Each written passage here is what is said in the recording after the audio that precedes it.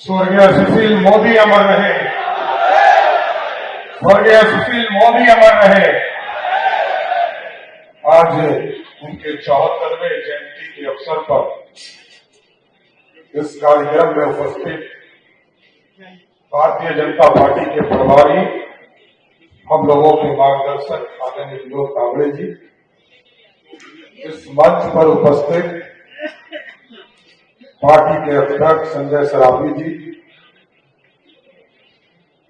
Bharatiya Janata party के क्षेत्रीय संगठन महामंत्री नागेंद्र जी, आदरणीय भिक्खू भाई साहब,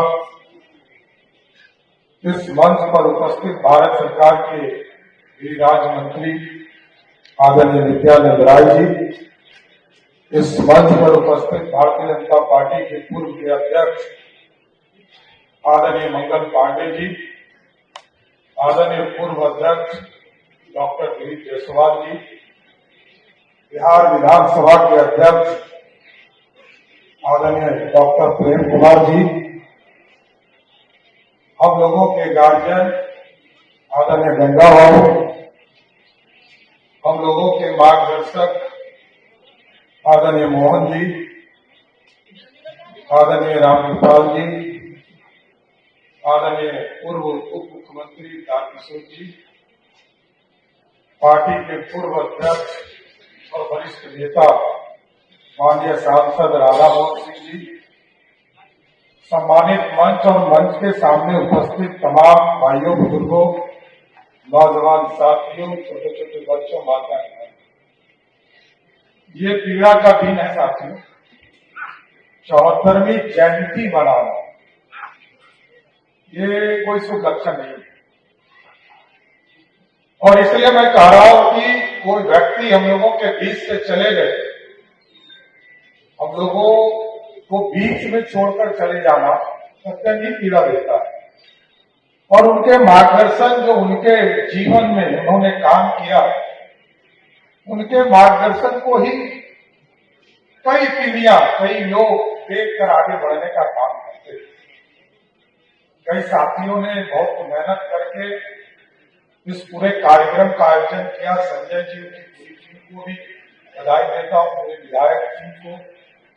और लेकिन मैं नीतीश कुमार जी को विशेष तौर पर धन्यवाद देता हूं साथियों।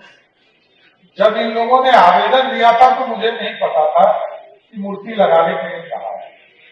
नीतीश कुमार जी ने कहा कि एक जगह चलना है, आप चलिए मेरे साथ। और मेरे को लेकर वो राजेंद्र नगर गए और 2 पार्क इन्होंने दिखाया है। और दिखाने के बाद कहा किसी पार्क में सुशील मोदी जी की मूर्ति की स्थापना करना है। यह नीतीश जी का आपसी प्रेम रहा है, दोनों का संबंध रहा है। 50 साल का संबंध दोनों व्यक्ति का रहा है। और आज भी 10:30 बजे ही वो तैयार थे जाने के लिए। और उनकी आदत भी है सबसे पहले कार्यक्रम में पहुंचना, यहां भी सबसे पहले पहुंचे। और उनकी यह खूबी भी मैंने देखा। मैं सुशील जी को जब स्मरण करता हूं तो मैं जब पहली बार विधान परिषद में विरोधी दल का नेता बना तो मैं सभी लोगों से मिला, नित्यानंद जी से मिला, सुशील जी से मिला, विजय सिन्हा जी हमारे नेता थे, उनसे मिला। सुशील जी से मैंने पूछा कि आप दोनों का संबंध इतना मधुर है, आप दोनों जब अलग हुए तो लड़े कैसे? उन्होंने कहा देखिए ये पार्टी है और पार्टी तय करती है कि हमको किससे लड़ना है।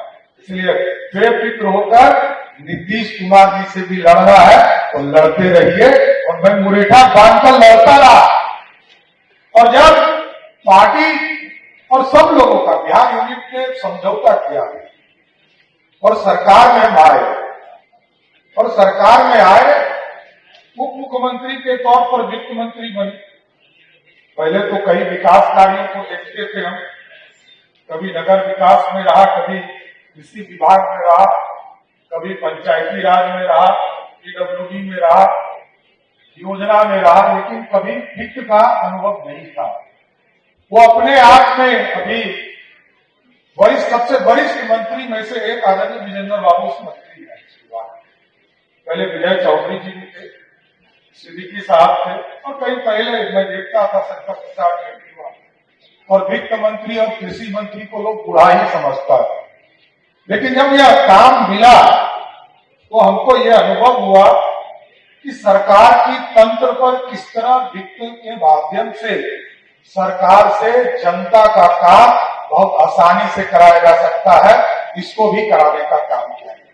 और सुशील जी से जब मैं पूछता था कि ये वैट बाद में जीएसटी कन्वर्ट हो गया और फिर उनको भी जीएसटी काउंसिल का अध्यक्ष बनाया गया था, फिर हमको भी अध्यक्ष बनाया गया पूरे देश में कमेटी की बैठक होनी पड़ती थी।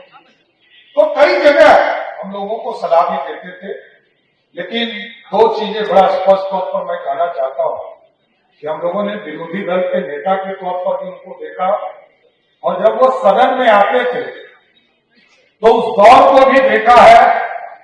97-98 के दौर में सरकार की नींद उड़ जाती थी कि आज सुशील जी कौन फाइल लेकर आ रहे हैं, और वैसा भी दिन देखा जिस बिहार को हम लोगों ने देखा था कि 6,000 करोड़ का बजट वाला बिहार है, उस बिहार का जब वित्त मंत्री बना और आदरणीय प्रधानमंत्री नरेंद्र मोदी जी, आदरणीय नड्डा जी ने यह अवसर दिया कि बिहार के वित्त के लिए काम करो, तो मैं गर्व से कह सकता हूं कि जिस बिहार का बजट 6,000 करोड़ का भी नहीं था, और हमसे पहले झारखंड ने बिहार वहां का बजट पेश किया जिसका कि जब रेवेन्यू था उस दौर में 87% रेवेन्यू झारखंड से आता था, 13% रेवेन्यू यहां से आता था।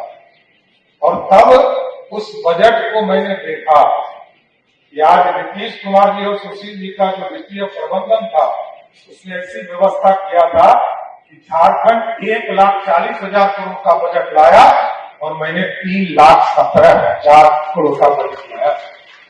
इसलिए सुशील जी को एडमायर करने के लिए कई शोध संस्थान भी चल रहे हैं, कई लोगों ने सलाह भी दिया है, और मैं नीतीश कुमार जी को फिर से धन्यवाद देता हूं कि आदरणीय सुशील जी के जो दिखाए रास्ते हैं, आपने स्मारक के तौर पर मूर्ति लगाया, राजकीय सम्मान किया, लेकिन हम लोगों के लिए सबसे महत्वपूर्ण है उन्होंने जो सपना देखा इस बिहार के लिए, उस सपने को साकार करना है।